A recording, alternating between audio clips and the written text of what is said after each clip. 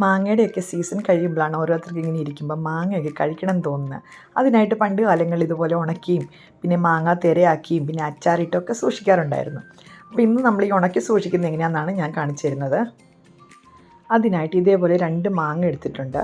അത്യാവശ്യം നല്ല വലിപ്പമുള്ള മാങ്ങ തന്നെയാണ്. അതിലൊന്ന് നന്നായിട്ട് ചെനച്ചതുമാണ്, ഒന്ന് ഇച്ചിരി പച്ചയാണ്. അതിൻ്റെ തൊലിയൊക്കെ നന്നായിട്ട് നമുക്ക് ചെത്തി വൃത്തിയാക്കാം.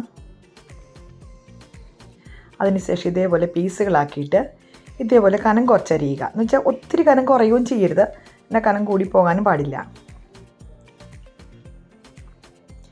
ഇങ്ങനെ തന്നെ വേണമെങ്കിൽ നമുക്ക് ഇതേപോലെ തന്നെ നമുക്ക് ഉണക്കി സൂക്ഷിക്കാവുന്നതാണ്. പക്ഷെ ഞാനിപ്പം ഈ ഓരോ പീസുകളും 3 പീസാക്കുന്നുണ്ട്. ഇതേപോലെ മുറിച്ചിട്ട് ഇതേപോലെ ചെറിയ കഷ്ണങ്ങളാക്കി എടുക്കുക. കണ്ടില്ലേ, എല്ലാം നമ്മൾ മുറിച്ച് കഴിഞ്ഞു. ഇനി നമുക്ക് അടുപ്പത്ത് ഒരു ചരുവത്തിൽ കുറച്ച് വെള്ളം തിളപ്പിക്കാൻ വയ്ക്കുക. വെള്ളം തിളച്ചതിന് ശേഷം നമ്മുടെ ഈ അരിഞ്ഞു വെച്ചിരിക്കുന്ന മാങ്ങയെല്ലാം ഇട്ട് കൊടുക്കുക. മാങ്ങയെല്ലാം ഇട്ട് കൊടുത്തതിന് ശേഷം ഒരു തിള വന്നാൽ മാത്രം മതിയാവും. അപ്പോഴത്തേക്കും നമ്മുടെ ഈ മാങ്ങ അത്യാവശ്യം ഒന്ന് വെന്ത് വരും.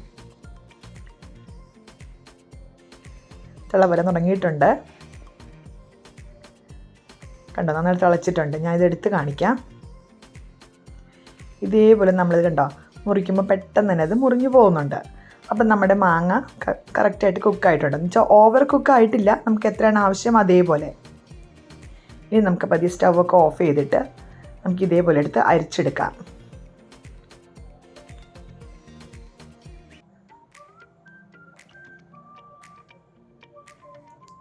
അങ്ങനെ നമ്മുടെ മാങ്ങയെല്ലാം എടുത്ത് അരിച്ചു വെച്ചിട്ടുണ്ട്. ഇനി വേറൊരു പാത്രത്തിലേക്ക് നമുക്ക് കുറേശ്ശെ മാങ്ങ ആദ്യം ഇട്ട് കൊടുക്കുക. എന്നിട്ട് കുറേശ്ശെ പഞ്ചസാര ഇടുക. പിന്നെയും മാങ്ങ ഇടുക, പിന്നെയും പഞ്ചസാര ഇടുക.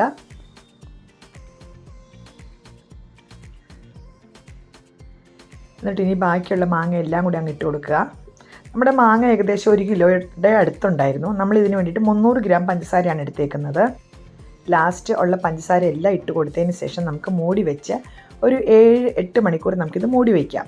അതിനുശേഷം പഞ്ചസാര എല്ലാം താണെ ഇതുകൊണ്ടോ അതേപോലെ അലിഞ്ഞ് നന്നായിട്ട് ഈ മാങ്ങയെല്ലാം നന്നായിട്ട് പഞ്ചസാരയെല്ലാം നന്നായിട്ട് കുടിച്ചിട്ടുണ്ടാവും. നല്ല മധുരമാണ് ഇപ്പോൾ ഈ മാങ്ങയ്ക്ക്. എന്നിട്ട് നമുക്കിത് അരിച്ചെടുക്കാം. ബാക്കി വരുന്ന വെള്ളം നമുക്ക് ജ്യൂസ് ഉണ്ടാക്കാനൊക്കെ ആയിട്ട് ഉപയോഗിക്കാൻ വേണ്ടി എടുത്ത് മാറ്റി വയ്ക്കാവുന്നതാണ്. നമുക്കെന്നിട്ട് ഇതൊരു 2 പ്ലേറ്റിലോട്ട് ഇതേപോലെ ഉണക്കാനായിട്ട് നിരത്തി വെച്ച് കൊടുക്കാം. 2 ദിവസത്തിന് ശേഷം നമ്മുടെ മാങ്ങയുടെ അവസ്ഥ ഇതാണ്. കുറേ മാങ്ങ കുറഞ്ഞിട്ടുണ്ട് കേട്ടോ. കാരണം ഞാനിത് ഫാനിൻ്റെ അടിയിലായിരുന്നു വെച്ചിരുന്നത്. അപ്പം മോൻ അങ്ങോട്ടും ഇങ്ങോട്ടും പോകുമ്പോഴെല്ലാം അതെടുത്ത് കുറേ കഴിച്ചിട്ടുണ്ട്. അതുകൊണ്ട് അതിൻ്റെ അളവെല്ലാം കുറഞ്ഞു പോയിട്ടുണ്ട്. കണ്ടോ, ഇത്രയും ഉണങ്ങിയാൽ മതി നമുക്ക്. ഇനി ഇതിൻ്റെ മീതെ നമുക്ക് ഒരു ടേബിൾ സ്പൂൺ പൊടിച്ച പഞ്ചസാരയാണ് ഇട്ട് കൊടുക്കുന്നത്. എന്നിട്ട് നന്നായിട്ടൊന്ന് ഇളക്കി നന്നായിട്ടൊന്ന് റബ്ബ് ചെയ്തെടുക്കുക. അപ്പോൾ എല്ലാ മാങ്ങയുടെ മീതെ നന്നായിട്ടൊന്നത് കോട്ടായിട്ട് വരും. ഇങ്ങനെ തന്നെ നമുക്ക് വേണമെങ്കിൽ എടുത്ത് സൂക്ഷിക്കാവുന്നതാണ്. ഇനി ഇതിൻ്റെ പുറത്ത് കുറച്ച് ടേസ്റ്റൊക്കെ മാറ്റണം എന്നുണ്ടെങ്കിൽ നമുക്ക് കുറച്ച് ഇതേപോലെ അംചൂർ പൊടിയും കുറച്ച് ബ്ലാക്ക് സോൾട്ടൊക്കെ ഇട്ട് ഒന്നുകൂടി ഒന്ന് ഇളക്കുക. അപ്പോൾ ഒരു കുറച്ചൊരു എന്താ പറയുന്നത്, ഒരു ചട്പട്ട ടേസ്റ്റ് എന്നൊക്കെ പറയത്തില്ലേ, ആ ഒരു ടേസ്റ്റാവും. നല്ല ടേസ്റ്റാണ്. ഇനി ഇങ്ങനെ ഇഷ്ടമില്ല എന്നുണ്ടെങ്കിൽ പഞ്ചസാര മാത്രം ഇട്ടാൽ മതി.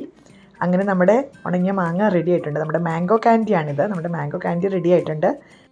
നിങ്ങൾക്ക് എൻ്റെ വീഡിയോ ഇഷ്ടപ്പെട്ടെന്ന് തന്നെ കരുതുന്നു. നിങ്ങൾക്ക് എൻ്റെ വീഡിയോ ഇഷ്ടപ്പെടുകയാണെങ്കിൽ ലൈക്ക് ചെയ്യാനും ഷെയർ ചെയ്യാനും സബ്സ്ക്രൈബ് ചെയ്യാനും മറക്കരുത്. നാളെ വീണ്ടും വേറൊരു വീഡിയോ ആയിട്ട് വരുന്നതാണ്.